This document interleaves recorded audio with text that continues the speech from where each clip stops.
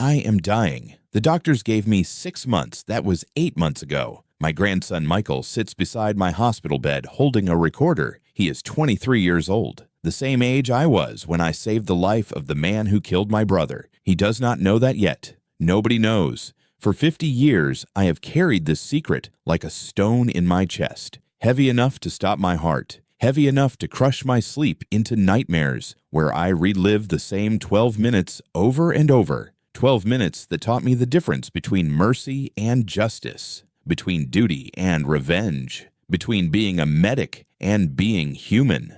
Michael thinks this will be a story about heroism, about the 317 lives I saved on Okinawa, about battlefield medicine and courage under fire. He is wrong. This is a story about hatred so pure it burned like acid in my throat, about the moment I held a dying man's life in my hands and wanted more than anything to let him die, about what it costs to save a life when every fiber of your being is screaming to let it end, and about the photograph I found 10 years later that destroyed me. April 1st, 1945, 3 days before the invasion of Okinawa. I was sitting outside my tent cleaning my medical kit when Sergeant Morrison handed me the brown envelope, my mother's handwriting. I knew before I opened it. You always know. My brother Robert was dead. He died on Iwo Jima, February 26th, 19 days into that volcanic nightmare. He was a sergeant in the 5th Marine Division, 26 years old, 3 years older than me. The brother who taught me to swim,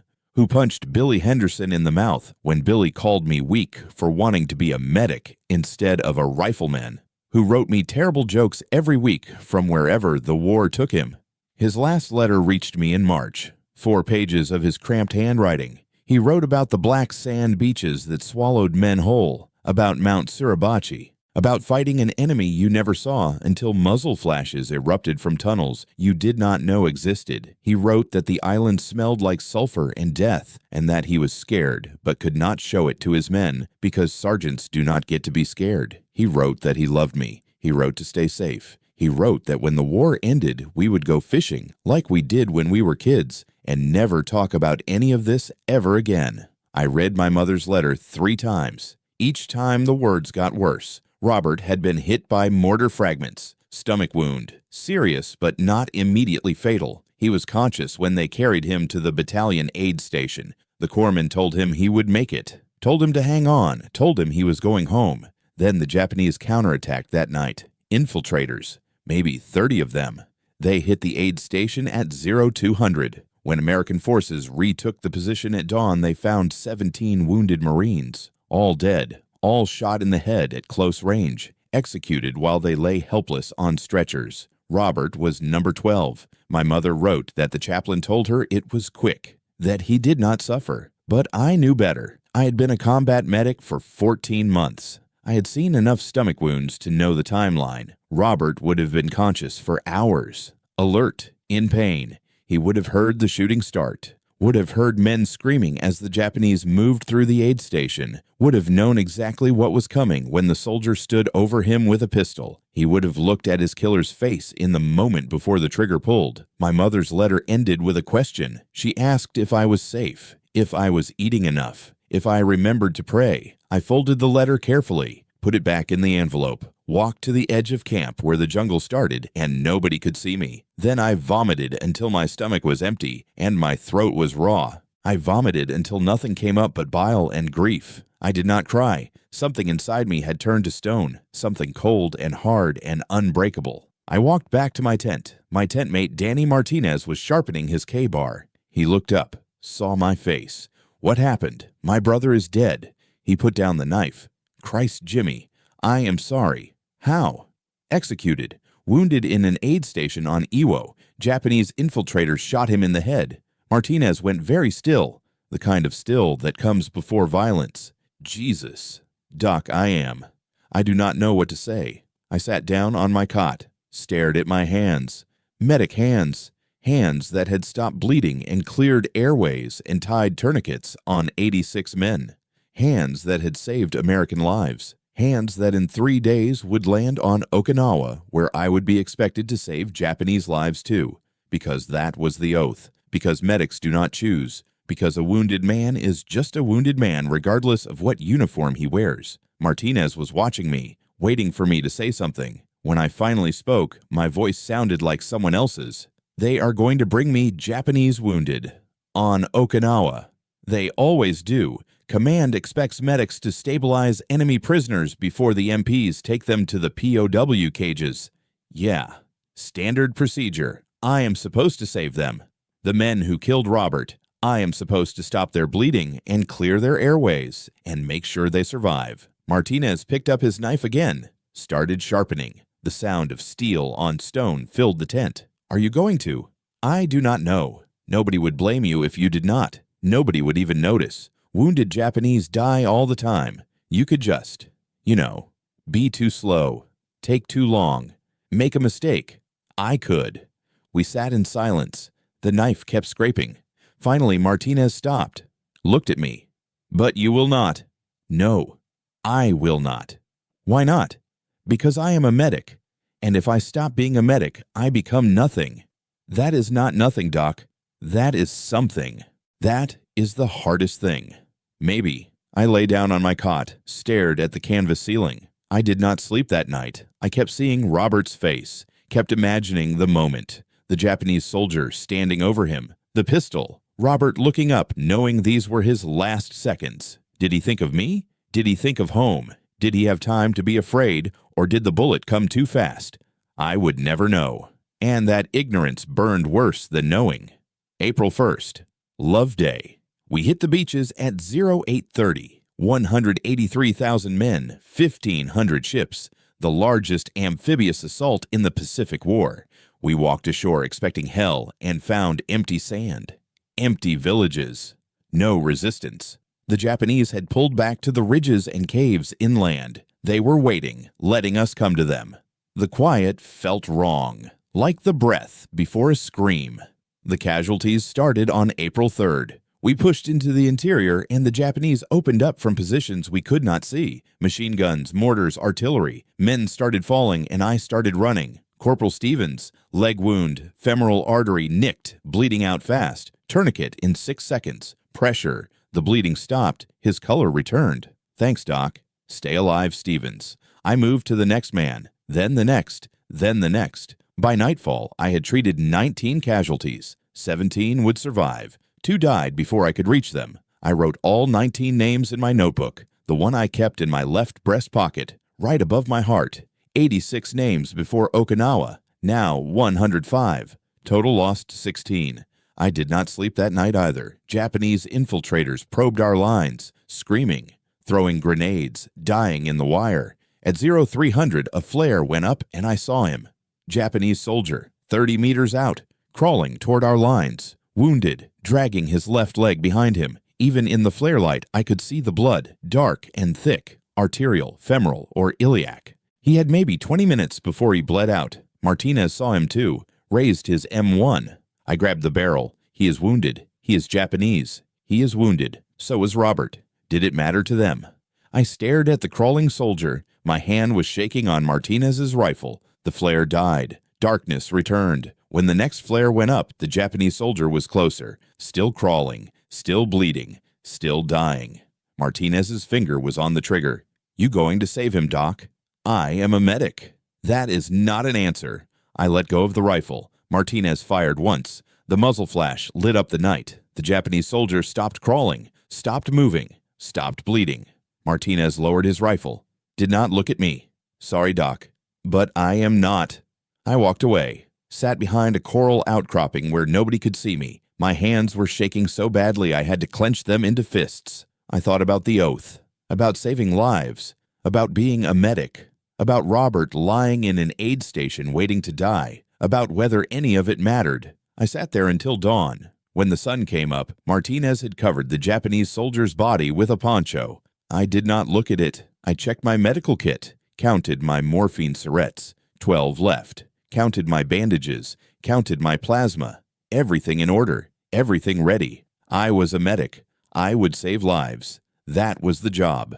That was the oath. Even if my hands never stopped shaking. April 7th. We pushed deeper into the interior. The Japanese fought from caves and spider holes and bunkers carved into the limestone. They did not retreat. They died in place. The casualties multiplied. I treated 43 men that day. 38 survived. 5 did not. Total saved now 128. Total lost 21. I stopped feeling anything. My hands moved automatically. Tourniquet, pressure, bandage, tag for evacuation, move to the next casualty.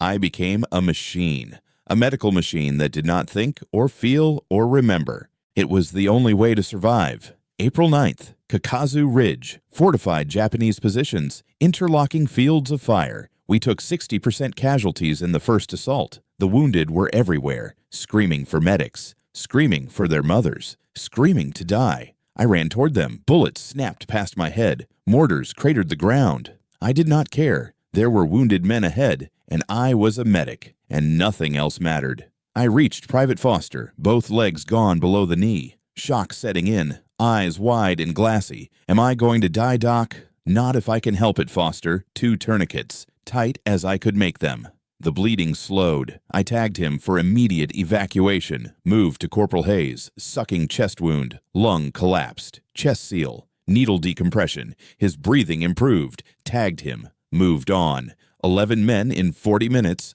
Under continuous fire. 9 survived. 2 died while I was working on others. I could not save everyone. I could only move fast and choose right and hope it was enough. It was never enough.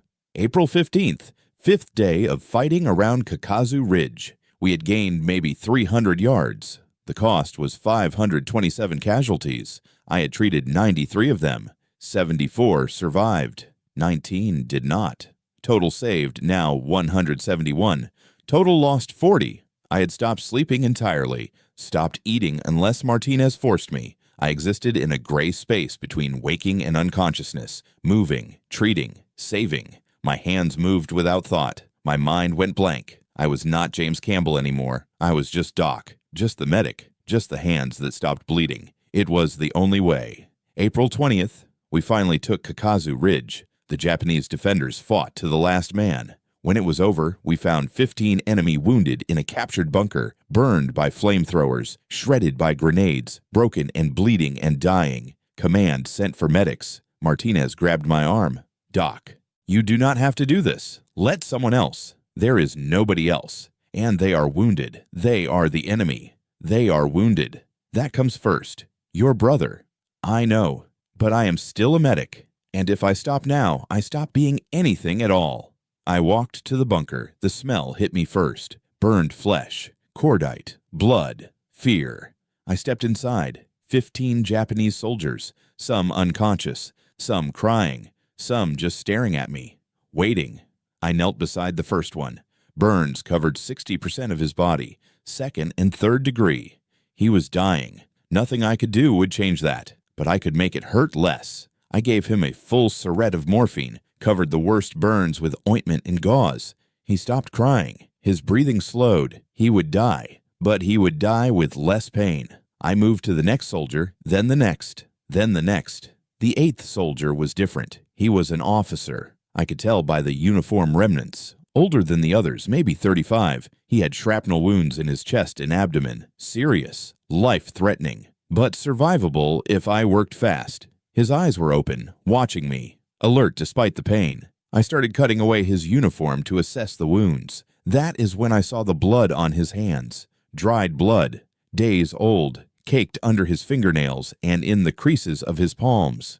Too much blood to be his own. The kind of blood that comes from killing at close range. I froze. Our eyes met. He said something in Japanese, weak, barely audible. I did not understand the words. Then he switched to English. His accent was thick but clear. Please. I stared at him, at his wounds, at his blood-stained hands, at his eyes that were watching me with something that might have been hope or might have been resignation. Please, do not. Let me die like this.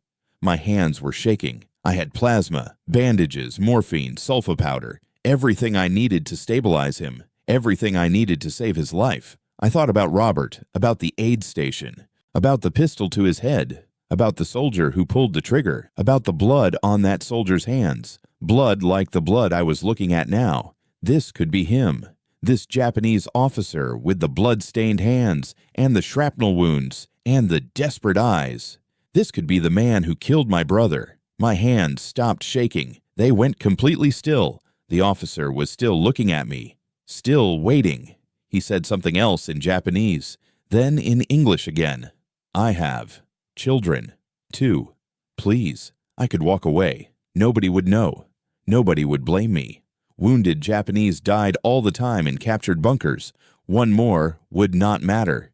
Justice for Robert, payment for the bullet in his head. An eye for an eye. I could do it. I could stand up and walk away and let him bleed out. Let him die, knowing that mercy had looked at him and chosen revenge instead. Let him die the way Robert died. Helpless, afraid, alone. My hands were steady now, perfectly steady, no shaking at all. I looked at the officer, at his wounds, at his blood-stained hands, at his face, at his humanity. I opened my medical kit. The officer's eyes widened. He said something in Japanese. His voice broke. I did not need to understand the language to understand the meaning. Thank you. I worked fast, cut away the uniform, located the shrapnel wounds. 3 major fragments, 2 in the chest, 1 in the abdomen. The chest wounds were severe but had missed the major vessels. The abdominal wound was worse, likely liver damage, possible intestinal perforation. He needed surgery, real surgery in a real hospital, but I could stabilize him long enough to get him there. I packed the wounds, applied pressure. The bleeding slowed. I started an IV, gave him plasma, gave him morphine. His breathing steadied. His color improved slightly. He would survive. He would live to see his children again. Because I had saved him. Because I was a medic. Because I could not let him die, even though everything inside me wanted to watch him bleed out. Even though I hated him. Even though he might have killed Robert. Even though saving him felt like tearing out my own heart and crushing it in my hands. I tagged him for immediate evacuation, stood up, moved to the next casualty. My hands were shaking again, worse than ever. I treated the remaining 7 soldiers, saved 4 of them. 3 died while I worked. When I finished, I walked outside. The sun was setting. Martinez found me sitting against a shattered tree. He handed me his canteen. I drank. The water tasted like metal and ash. How many did you save? 12. Out of 15. That is good, Doc. One of them was an officer. He had blood on his hands. Old blood. Dried. From before we captured the bunker. Martinez did not say anything. He spoke English. Begged me not to let him die. Said he had children. 2 of them. Christ. I saved him. I do not know why. I wanted to let him die. I wanted it more than I have ever wanted anything. But I could not. I just could not. Martinez sat down beside me. We watched the sun disappear behind the ridges. You did the right thing, Doc. How do you know? What if he killed Robert? What if that was his blood on his hands? What if I just saved my brother's murderer? Then you are a better man than he is. Better than any of us. I am not better. I am just too broken to quit. That is the same thing. We sat in silence. The ridge was finally quiet. The wounded had been evacuated. The dead had been counted. Tomorrow we would push forward. Tomorrow there would be more casualties, more wounded, more men whose lives depended on how fast my hands moved. Tomorrow I would save more lives, even the ones I hated, even the ones I wanted to kill, because I was a medic. And medics do not get to choose. I took out my notebook, added 15 names. Japanese officer, Japanese soldier, 19 through Japanese soldier, 32. Total saved now, 183. Total lost, 43. I wrote the Japanese officer's entry carefully, more carefully than the others, because I needed to remember him, needed to remember his face, his blood-stained hands, his desperate eyes, his 2 children, in case I ever learned his name, in case I ever learned the truth, in case I ever found out whether I had saved my brother's killer. The notebook went back in my pocket, right above my heart, where it had been for 14 months, where it would stay for 50 more years. A record of everyone I saved, everyone I lost, everyone who lived because my hands moved fast enough, including the man I hated most in the world, including the man whose life I saved while wanting him to die, including the man whose photograph would arrive 10 years later and teach me that some truths are heavier than ignorance. But I did not know that yet. That night, I only knew that I had saved 12 Japanese soldiers, that one of them might have killed Robert, that my hands had moved automatically despite my hatred, that I was still a medic, and that being a medic was the only thing holding me together, the only thing stopping me from becoming the monster I feared I was turning into, the only thing that mattered, even when it cost everything, even when it felt like dying, even when mercy tasted like poison in my mouth. I was a medic, and medics save lives. All lives, even the ones that should not be saved, even the ones that do not deserve mercy, even the ones that break you. That was the oath. That was the job. That was who I was, and I would carry that weight until the day I died. The fighting continued for 77 days. 77 days of pushing into ridges where every cave held machine guns. Every hillside concealed artillery. Every spider hole contained a soldier willing to die rather than surrender. The Japanese had turned Okinawa into a fortress. We had to take it 1 yard at a time, one bunker at a time, one body at a time. I treated 419 casualties in those 77 days. 317 survived. 102 did not. I wrote every name in my notebook. Americans and Japanese, Marines and soldiers, officers and privates. Everyone I saved, everyone I lost. The notebook was full by the time we secured the island in June. I had to start a second one. The Japanese officer I saved on April 20th was in the first notebook. Page 43. Japanese officer, blood on hands. 2 children, saved April 20th, 1945. I looked at that entry every night before I tried to sleep, stared at it, memorized it, wondered if those blood-stained hands had killed Robert. I never found out. The MPs evacuated him to the POW hospital on Guam. I never learned his name, never learned where he came from, never learned if he survived his wounds or died later from infection or complications.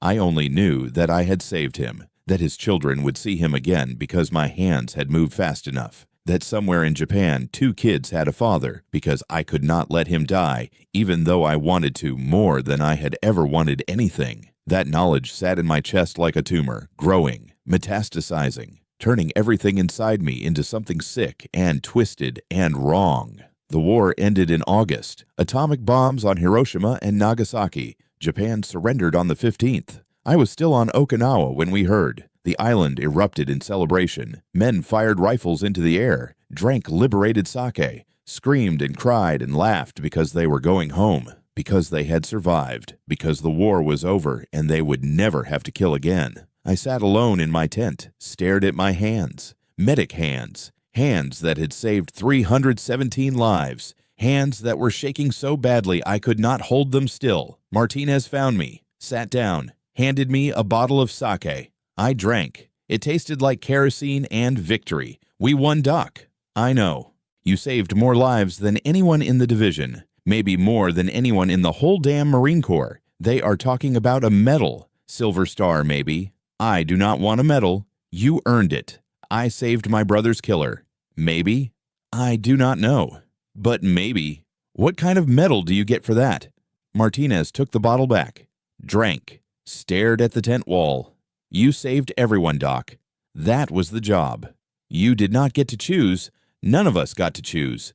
We just did what we were told and tried not to die and hoped it meant something. Did it mean something? I do not know. But you are alive. 317 men are alive. That has to count for something. Does it count if I am not sure I want to be alive? Martinez looked at me, really looked at me, at the hollowness in my eyes, at the tremor in my hands, at the way I had stopped being a person and become just a medic, just a function, just hands that stopped bleeding. You need to go home, Doc. See your family, your mother, your father, sleep in a real bed, eat food that does not come from a can. Remember what it is like to be James Campbell instead of Doc. I do not know if there is a James Campbell anymore. Just Doc, just the medic, just the 317 names in 2 notebooks. Then find him. Find whoever you were before all this, before Robert, before Okinawa. Find him and hold on and do not let go. What if I cannot find him? What if he is dead too? Then you build someone new, someone who can live with what you did, someone who can carry it without breaking. I am already broken. Then you build someone who can be broken and still stand up. That is all any of us can do, Doc. Stand up even when everything inside is shattered. I went home in September, San Diego first, then a train to Iowa, to the small town where I grew up, where Robert grew up, where our mother waited with a telegram saying her oldest son was dead and her youngest son was coming home. She met me at the station. 53 years old, but looking 70. The war had aged her. Grief had aged her. She hugged me, held me. I did not hug her back. I had forgotten how. You are so thin, James, so thin. We need to feed you. I am fine, Ma. You are not fine. I can see it. In your eyes.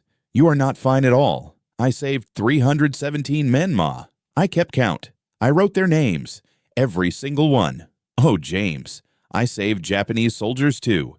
Enemy soldiers. Men who might have. Who could have. I do not know. But maybe. She pulled back, looked at me, touched my face. You did what you had to do. You saved lives. That is what medics do. That is what you always wanted to do, even when you were little. Remember? You used to bandage the dog. Used to put splints on your toy soldiers. That was before I knew what it cost. We went home. The house looked smaller than I remembered. Emptier. Robert's room was exactly as he left it. His baseball glove on the dresser, his high school yearbook, his letters from basic training, his bronze star in a frame on the wall. I could not go in, could not cross the threshold, could not breathe the air that still smelled like him, like his aftershave, like his cigarettes, and like my brother. I slept in my old room. Did not sleep really, just lay in the darkness, listening to sounds that were not mortars or screams or the wet sound of shrapnel hitting flesh.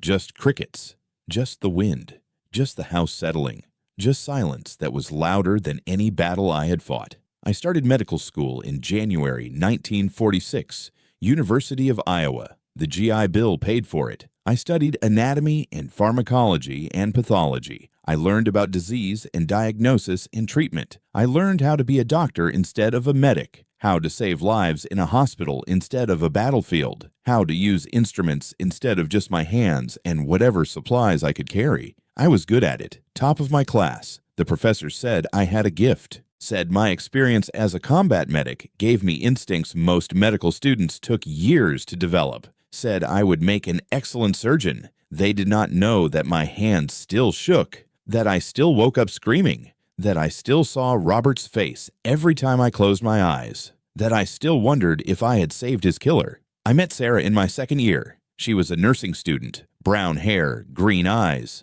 a smile that made something inside me remember what it felt like to be human instead of just a medic. We dated, fell in love, got married in June 1948. Small ceremony, just family and a few friends.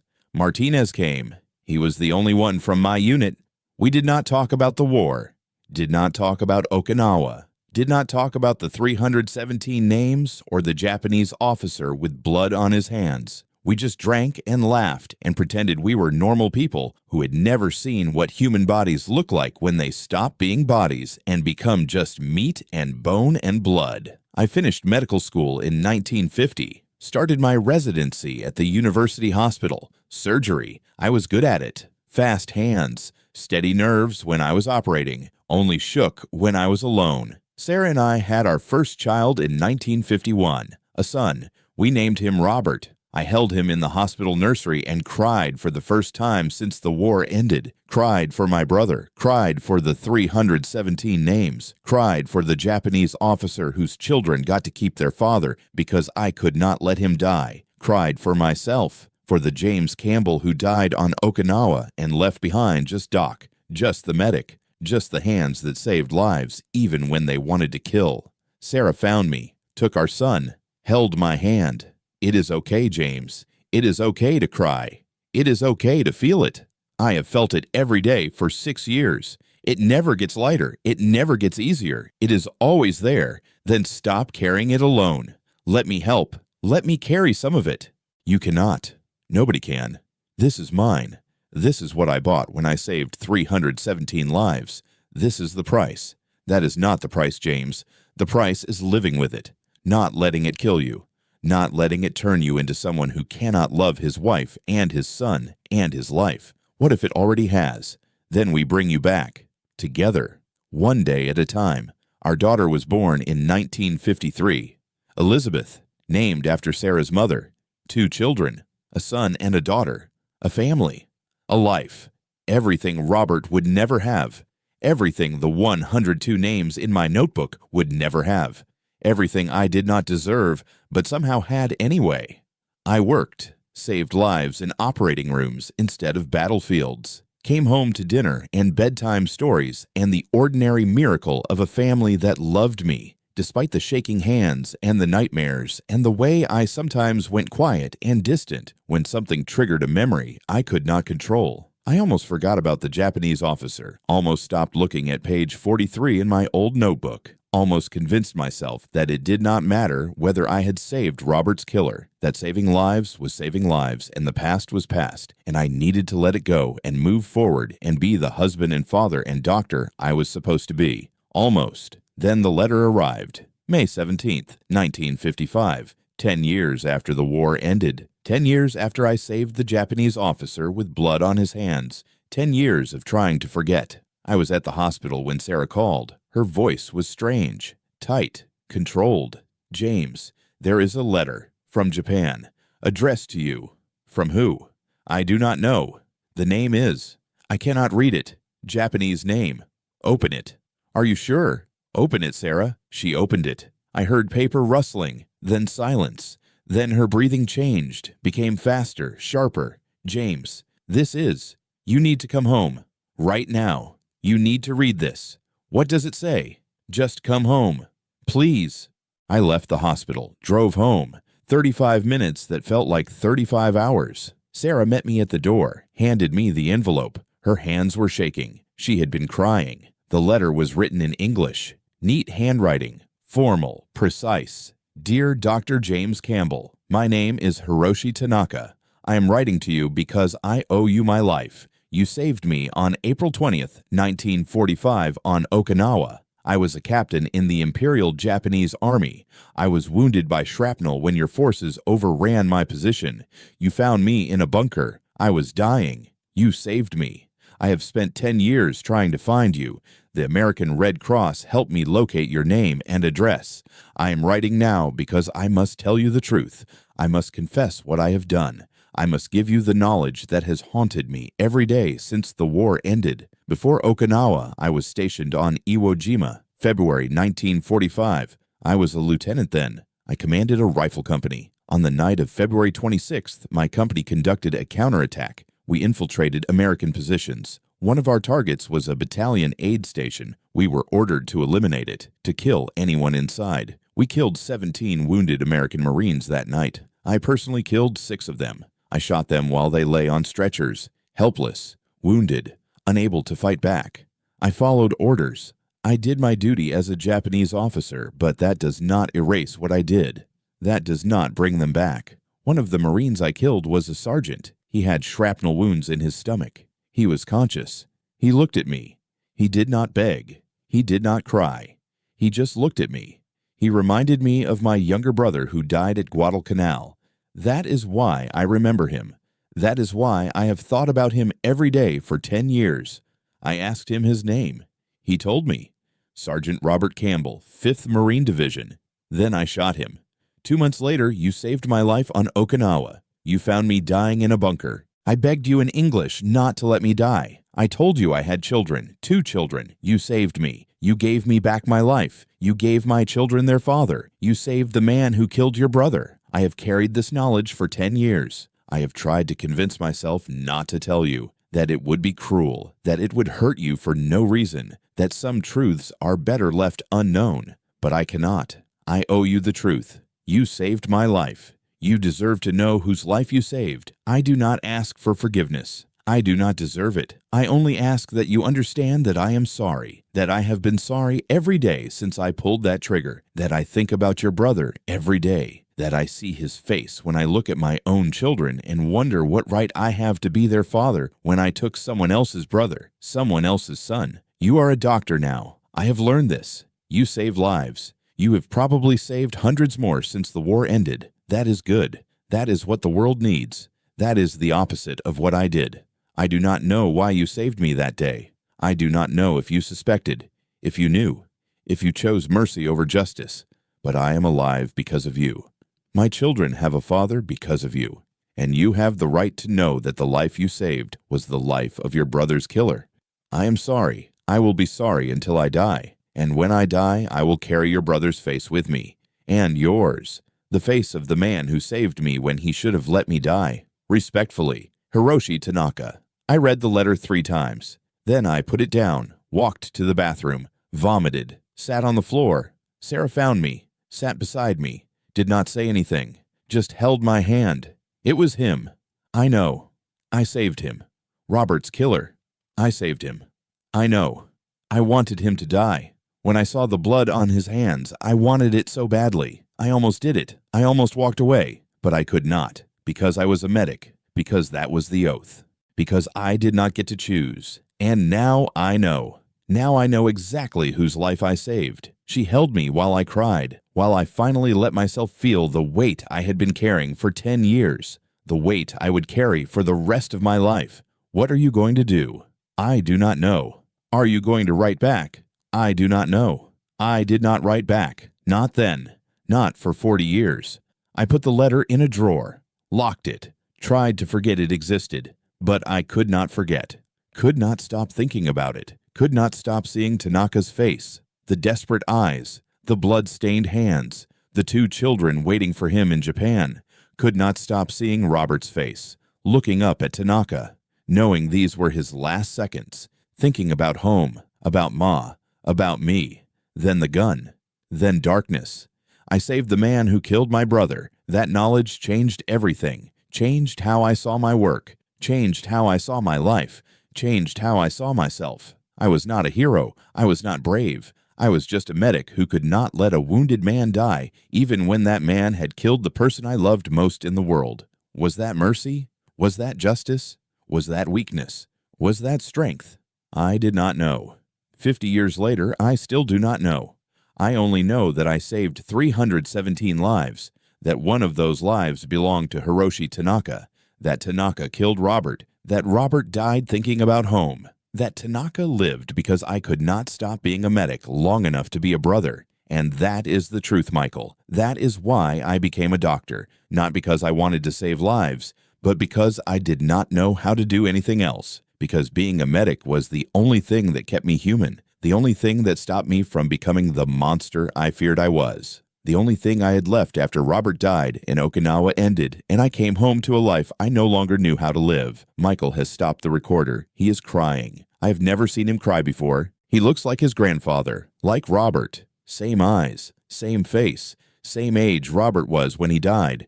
Did you ever forgive him? Tanaka: I do not know. I never wrote back, never spoke to him. He died in 1993. His son wrote me. Told me his father had carried my brother's dog tags for 48 years, had wanted to return them but never knew how. The son sent them with the letter. Do you have them? In my drawer, next to Tanaka's letter, next to my notebooks, next to everything I have carried for 50 years. Can I see them? Not today. I am tired, Michael. So tired. Do you regret it? Saving him? Every day. And never. I regret it because Robert died and Tanaka lived, and that feels wrong. I do not regret it because I was a medic, and medics save lives, and if I had let him die, I would have stopped being the only thing I knew how to be. So I regret it, and I do not regret it, and I live with both of those truths at the same time, and it never gets easier, and it never makes sense. He nods, turns off the recorder, holds my hand. You are a good man, Grandpa, despite everything. Maybe because of everything. You are good. I am not good, Michael. I am just still standing. And sometimes that is the most any of us can be. Just still standing, still carrying it, still breathing, still wondering if we made the right choice, or if there was no right choice, and we just did the best we could, with broken tools and shaking hands and hearts that stopped believing in simple answers 50 years ago. That is what I bought when I saved 317 lives. That is what it cost to be a medic. That is what I carried. And now you know. And now I can stop carrying it alone. Michael turns the recorder back on. His hands are shaking, Like mine used to shake. Like they still shake sometimes when I wake up at 3 in the morning and I am not in this hospital bed, but back in that bunker on Okinawa, looking at blood-stained hands and desperate eyes. One more question, Grandpa. Then I will let you rest. Ask it. Did you ever answer him? Tanaka. Did you ever write back? I take a breath. It hurts. Everything hurts now. The cancer has eaten through my lungs and liver and spine. The morphine helps, but not enough. Nothing helps enough. Yes, I answered. Once. 40 years after his letter arrived, in 1995, 3 months after I was diagnosed, I knew I was dying, knew I did not have much time, and I realized I could not die without telling him, without making him understand what he did to me, what saving him cost. What did you say? Everything. Everything I have told you. Everything I carried for 50 years. I wrote him 23 pages. Took me a week. My hands kept shaking. Had to stop every few sentences. But I finished it. Mailed it to the address on his letter. Waited for a response. Did he write back? His son did. 3 weeks later, Tanaka was dead. Heart attack in 1993. 2 years before my letter arrived. He never knew I answered. Never knew I forgave him. Never knew I hated him. Never knew anything except that I saved his life, and he killed my brother, and we both had to live with that. Michael is quiet for a long time. Then he asks the question I knew he would ask, the question I have been asking myself for 50 years. Did you forgive him? Really? I close my eyes, see Tanaka's face, see Robert's face, see the blood, see the bunker, see everything. I do not know. I wanted to. I tried to. I told myself for 50 years that I forgave him because holding on to hatred was destroying me, that Robert would want me to forgive, that carrying that weight was killing me slower than any disease. But I do not know if I ever really let it go. I just learned to carry it without breaking, learned to live with it the way you live with a missing limb. It never stops hurting. You just get used to the pain. That sounds like forgiveness to me. Maybe, or maybe it is just exhaustion. Maybe after 50 years of hating someone, you just run out of hate, run out of energy, run out of everything except the need to survive one more day. Did it help? Writing to him? Even though he never read it? Yes. Because I said it, because I put it into words, because for 50 years it lived inside me like a tumor, and writing it down cut it out. Not all of it, not even most of it, but enough. Enough to breathe, enough to sleep sometimes. Enough to look at your father without seeing Robert. Enough to hold your grandmother without feeling like I was betraying everyone I saved and everyone I lost. Michael is crying again. I reach out, take his hand. My hand looks like a skeleton hand now. All bones and papery skin. Medic hands reduced to nothing. Why are you telling me this, Grandpa? Why now? Because you are 23. The same age I was. The same age Robert was when he died. And I need you to understand something nobody told me, something I had to learn alone in that bunker with blood on my hands and hatred in my heart. What? That mercy and justice are not the same thing, that doing the right thing does not always feel right, that sometimes you have to choose between being good and being human, and there is no answer that does not cost everything. I chose to be a medic. I chose mercy. I saved Tanaka, and it destroyed me, and I would do it again. Because that is what being a medic means. That is what the oath means. You save lives. All lives. Even the ones you hate. Even the ones that kill you. Why would you do it again? If it destroyed you? Because the alternative is worse. The alternative is becoming Tanaka. Becoming the man who shoots wounded prisoners. Becoming the man who follows orders instead of conscience. Becoming the man who chooses hate over humanity. I could not become that man. Even if staying human meant carrying a weight that crushed me, even if mercy felt like dying, even if every day for 50 years I woke up wondering if I made the right choice. And did you make the right choice? I do not know Michael. I saved 317 lives. Tanaka was one of them. He went home to his children, raised them, loved them. They had a father because I could not let him die. And Robert is still dead, still buried on Iwo Jima. Still 26 years old forever. Still the brother I lost. So did I make the right choice? I do not know, but it was the only choice I could live with. The only choice that let me look at myself in the mirror. The only choice that let me be your grandfather instead of a ghost haunted by the man I could have become. He is squeezing my hand so hard it hurts, but I do not pull away. This is the last time he will hold my hand. The last time anyone will. Sarah is gone. Died 3 years ago. Heart failure. My children are grown. Busy. They visit, but not often. Michael is the only one who stayed. The only one who asked. The only one who wanted to know. I need to tell you something else. Something I have never told anyone. Not Sarah. Not Martinez. Not the therapist they sent me to after the war when I woke up screaming every night for 6 months. Nobody. What is it? I wanted him to die. When I saw his blood-stained hands. When he begged me in English. When he told me about his 2 children. I wanted him to die so badly I could taste it. Like metal in my mouth. Like poison. And for maybe 10 seconds I stood there deciding, choosing, playing God, holding his life in my hands and weighing it. His life against Robert's death. His children against my brother. Justice against mercy. What made you save him? He looked at me. Really looked at me. And I saw myself. 23 years old. Scared. Far from home. Following orders. Trying to survive. Trying to do what he thought was right, even when it was wrong. And I realized that if I let him die, I would become him. I would become the man who kills prisoners, who chooses revenge, who lets hatred turn him into something inhuman. So you saved him to save yourself. Yes, and I have been paying for it ever since. Every day for 50 years. Every night when I wake up and see his face.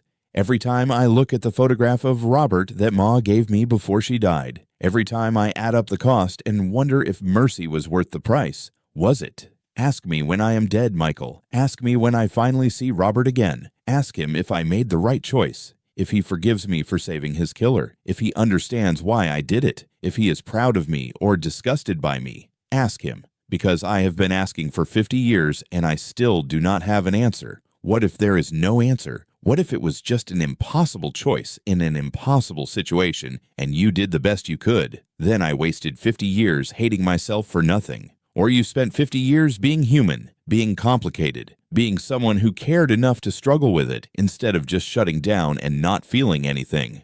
Maybe. Or maybe I am just a coward who could not pull the trigger when I had the chance, who could not choose justice when it was right in front of me, who chose his own conscience over his brother's death. That is not cowardice, Grandpa. That is the hardest thing. That is choosing to be human when everything in you wants to be a monster. That is choosing mercy when hate would be easier. I am dying, Michael. I do not have time left to convince myself you are right. I only have time left to tell you the truth.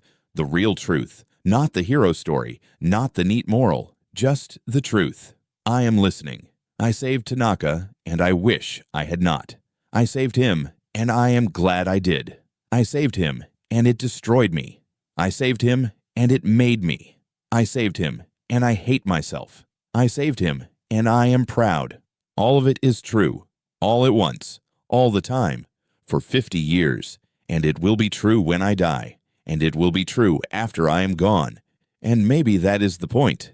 Maybe there is no resolution, no forgiveness, no peace, just the weight, just carrying it, just surviving it, just being crushed by it, and still standing up every morning. Is that what you want me to remember? I want you to remember that choices have weight. That mercy has a cost, that doing the right thing does not make the pain go away, that you can save someone's life and still wish you had not, that you can hate someone and save them anyway, that being good is not the same as feeling good, that sometimes the price of staying human is carrying a burden that never gets lighter, never goes away, never makes sense. That sounds horrible. It is. And it is also the only thing that matters. The only thing that separated me from Tanaka. He killed prisoners. I saved them. He chose hate. I chose mercy. He became a monster. I stayed human. Barely. But I stayed. And that is worth something. Maybe. I do not know.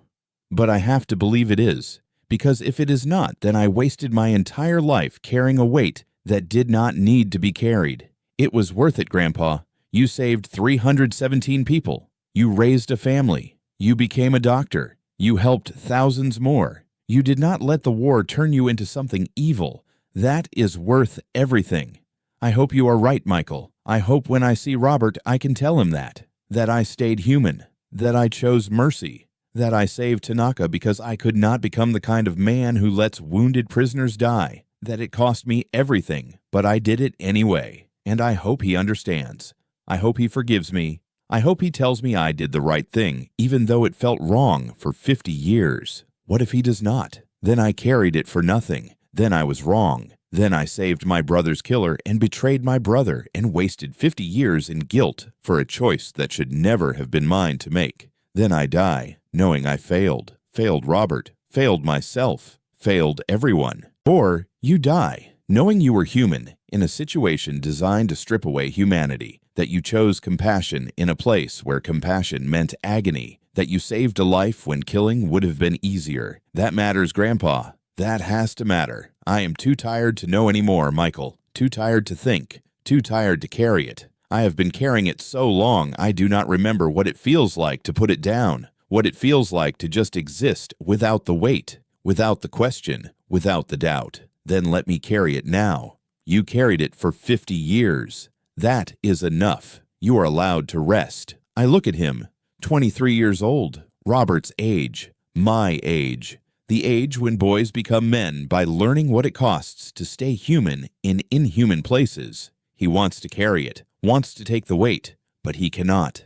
Nobody can. This is mine. This is what I bought when I saved Tanaka. This is what mercy cost.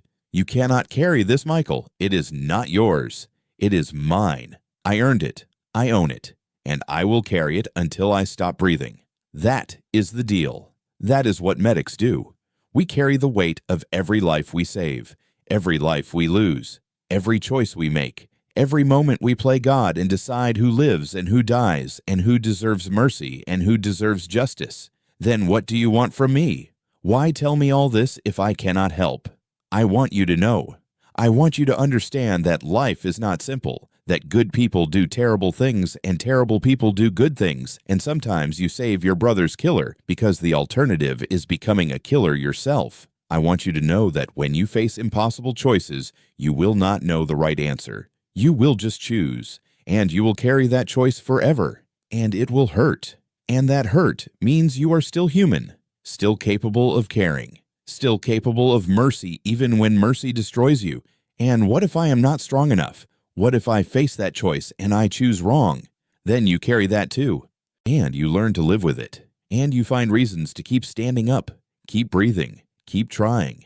That is all any of us can do, Michael. Try, fail, carry the failure, try again, fail again, carry that too, and somehow find reasons to keep going even when the weight becomes unbearable. That is not very hopeful, Grandpa. No, it is not, but it is true. And truth matters more than hope. Truth is what you build a life on. Truth is what keeps you standing when hope fails. Truth is what I am giving you. Not comfort, not wisdom, just truth. The truth that I saved my brother's killer, that it destroyed me, that I would do it again, that mercy has a cost, and I paid it, and I am still paying it, and I will die paying it. That is the truth. That is my legacy. That is what I am leaving you. Michael is crying. I am crying. My chest hurts. My breath rattles. The morphine is wearing off. The nurse will come soon. Will give me more. Will ease me back into the gray fog where pain lives but consciousness does not. But not yet. Not until I finish. Not until I say the last thing. The most important thing. Michael, listen to me. One more thing. The last thing. I am listening. I saved 317 lives. I lost 102. I carried their names for 50 years.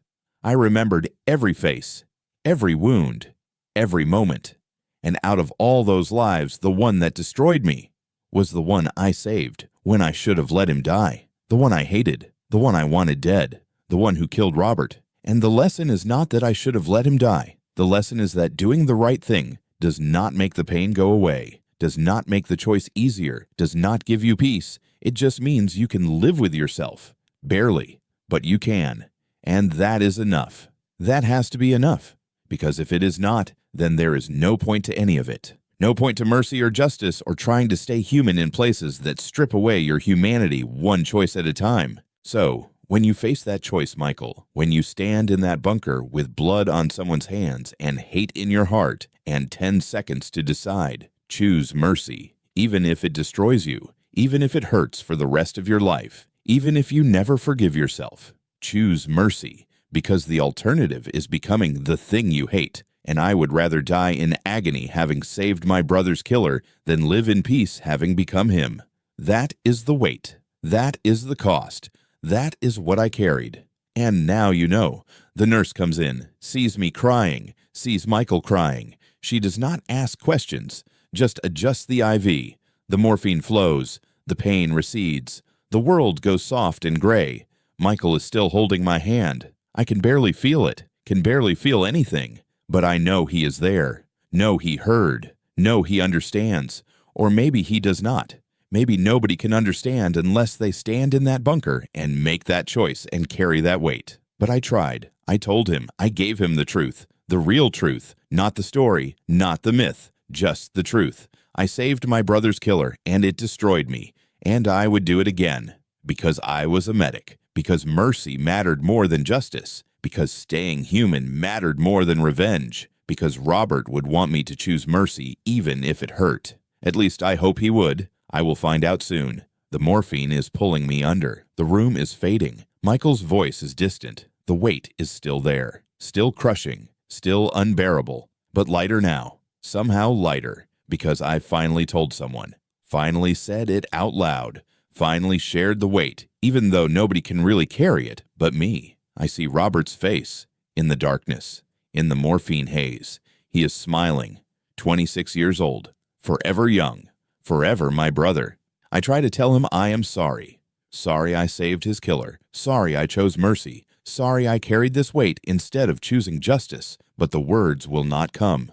Only darkness. Only silence. Only the weight slowly lifting as I stop breathing and stop caring and stop being. And somewhere in that darkness, I hear his voice. Or maybe I imagine it. Or maybe it is real. He says what I needed to hear for 50 years.